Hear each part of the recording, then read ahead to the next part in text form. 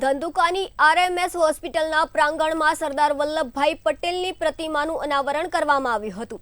ત્યારે આ પ્રતિમાનું અનાવરણ રાજ્યસભાના સાંસદ નરસિંહ અમીન અને કેન્દ્રીય મંત્રી મહેન્દ્ર મુજપરાના હસ્તે કરવામાં આવ્યું હતું। તેમજ સરદાર પટેલ હેલ્થ ફાઉન્ડેશનના ટ્રસ્ટીઓ અને દાતાઓ ઉપસ્થિત રહ્યા હતા। ધંધુકા વિસ્તારમાં આરોગ્યની રાહત દરે સેવા આપતી હોસ્પિટલને 20 લાખના અદ્યતન સોનોગ્રાફી મશીનની ગ્રાન્ટ સાંસદ નરહદી અમીને પોતાના ગ્રાન્ટમાંથી ફાળવવાની જાહેરાત કરી હતી।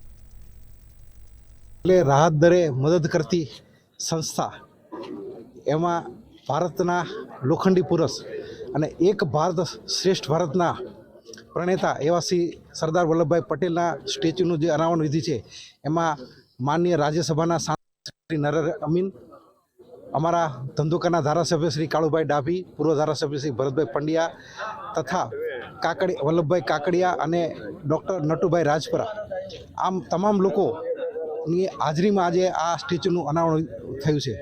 ધંધુકા ખાતે આ હોસ્પિટલ આશીર્વાદ રૂપ સમાન છે। છેલ્લા ઘણા વર્ષોથી હજારોની સંખ્યામાં આ વિસ્તારમાંથી આવતા જતા પસાર થતા અકસ્માતના કેસો હોય કે ગામડાઓમાં રહેનારા ગરીબ મધ્યમ વર્ગના લોકોને જ્યારે પણ આરોગ્યની સુવિધાની જરૂરિયાત ઊભી થાય છે ત્યારે આ હોસ્પિટલનો ચેરિટીના ધોરણે લાભ મળે છે। આયોજકોને અમે શુભેચ્છા પાઠવીએ છીએ અને આવનારા દિવસોમાં આ હોસ્પિટલના માધ્યમથી જરૂરિયાતમંદ લોકો અને ગરીબ અને મધ્યમ વર્ગના લોકોને, ગામડામાં રહેનારા લોકોને આ હોસ્પિટલ સારામાં સારી આપશે તેવી આપણે એમની પાસે અપેક્ષા પણ રાખીએ છીએ।